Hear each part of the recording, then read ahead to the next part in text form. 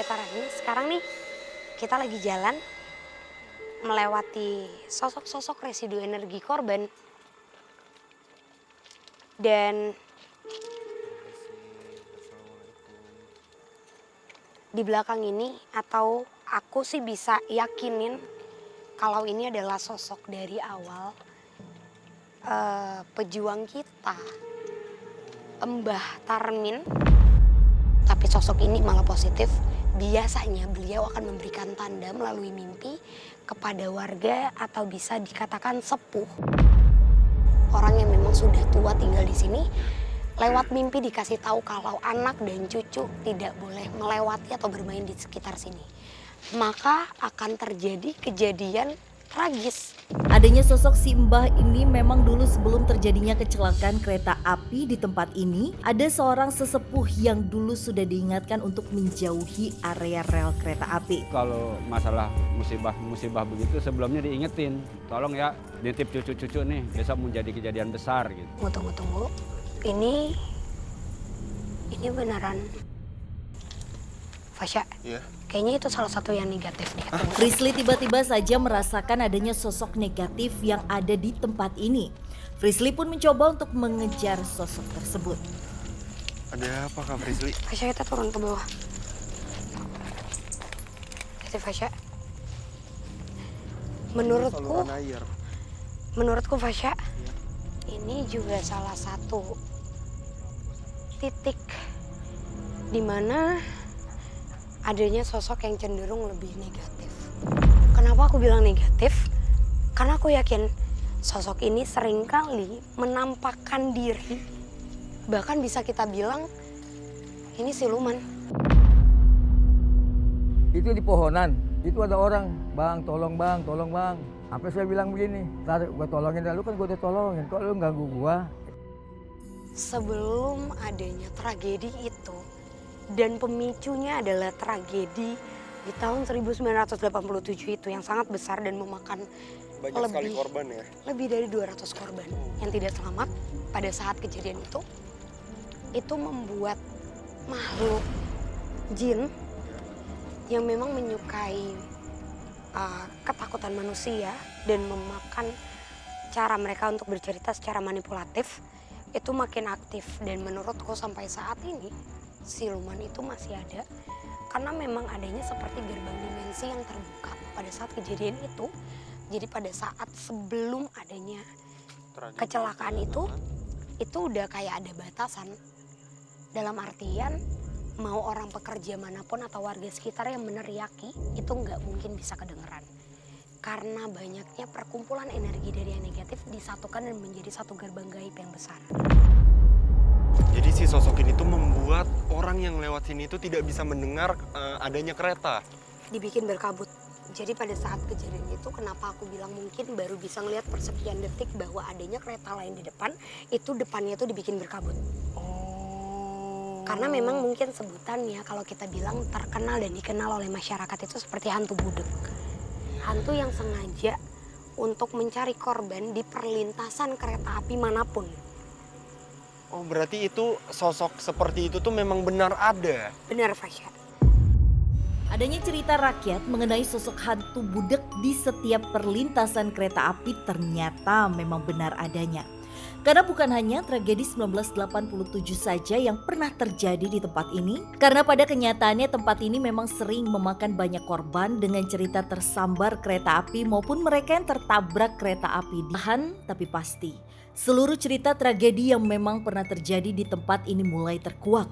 Bahwa ternyata terdapat sosok lain yang juga ikut memperparah terjadinya kecelakaan dan juga kecelakaan lain yang juga terjadi di tempat ini.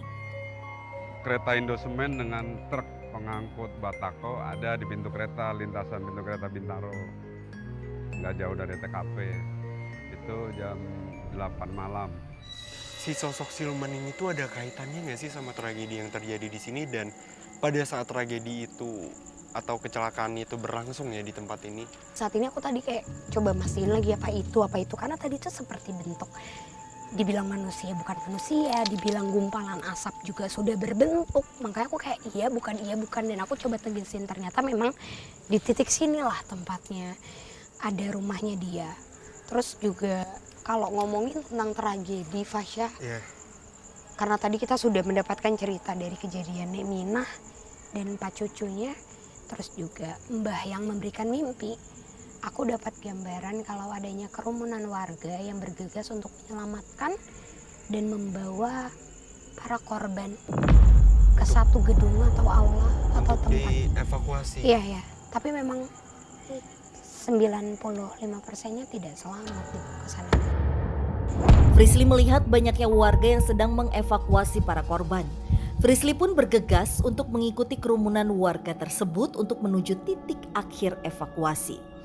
Jadi jalur ini Kak Frisly itu dipakai untuk jalur evakuasi setelah banyaknya korban yang berjatuhan di rel sana. Sebenarnya sih emang udah kelihatan dari awal ya Fasya, karena emang dulunya kelihatan banget kalau pada saat itu kan memang hanya ada beberapa rumah. Jadi emang aku dapat gambaran jelas banget kayak cara mereka mengangkat badan. Itu mereka benar-benar cepet-cepetan, banyak banget. Tidak mengenal usia, tidak melihat seperti apa korbannya dan sebagaimana.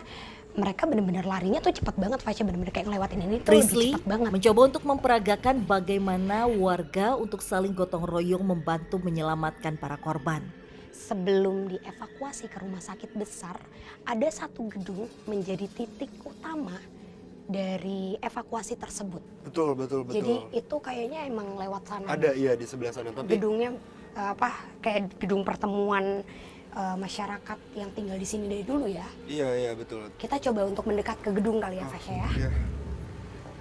Frisly mengajak untuk melanjutkan penelusuran menuju salah satu gedung yang berada di dekat area ini, di mana gedung ini dulunya dipakai untuk mengumpulkan para korban tragedi 1987.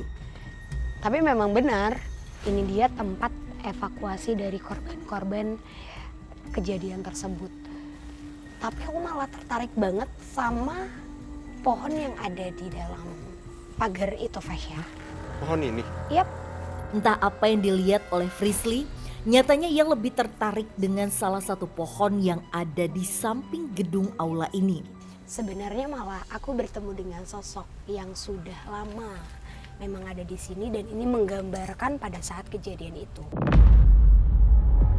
Dimana banyaknya bagian tubuh manusia yang memang tidak lengkap. Yang sampai saat ini bisa dikatakan tetap menghantui masyarakat sekitaran sini. Karena memang kelihatan sih kayak bagian organ tubuhnya itu suka menampakkan diri dan saat ini seperti menggantung di atas ini. Sebentar Kak Frisly, jadi sosok yang organ tubuhnya itu sosok yang menunggu sudah lama atau korban dari tragedi Bintaro? Dia menjadi sosok korban dan memang kelihatan banget perbedaan aura di tempat kejadian tadi dan di tempat evakuasi ini. Karena kalau sosok penunggu dari si pohon ini dia tidak sama sekali ikut campur. Hanya saja mungkin dia menunjukkan sesekali apabila ada yang sedang kayak pulang sendirian atau memang lelah setelah berkegiatan di dalam, itu bakalan dilihatin cuma dengan bayangan atau sesuatu yang mirip-mirip ke arah yang biasa kita temuin gitu. Tapi yang tidak umum adalah bagian-bagian tubuh dari manusia yang saat ini ada di atas kepala kita. Selaras dengan yang dikatakan Frisly, memang ada beberapa orang yang sempat diperlihatkan adanya sosok di tempat ini. Ya itu anak kecil ada, di pohon mangga juga banyak. Kadang-kadang kalau menjelang maghrib anak kecil tuh pada main prosotan ya, suka lihat yang aneh-aneh gitu. Dan jelas banget sih kalau residu energi di sini memang masih kuat. Aku dapat aura yang mereka masih belum terima. Mereka masih meyakini kalau mereka masih ada. Tapi kalau di sini mereka yang sudah terima bahwa mereka akan meninggal tidak selamat. Dan menurutku memang saat ini kita lagi ada di sini tempatnya jauh lebih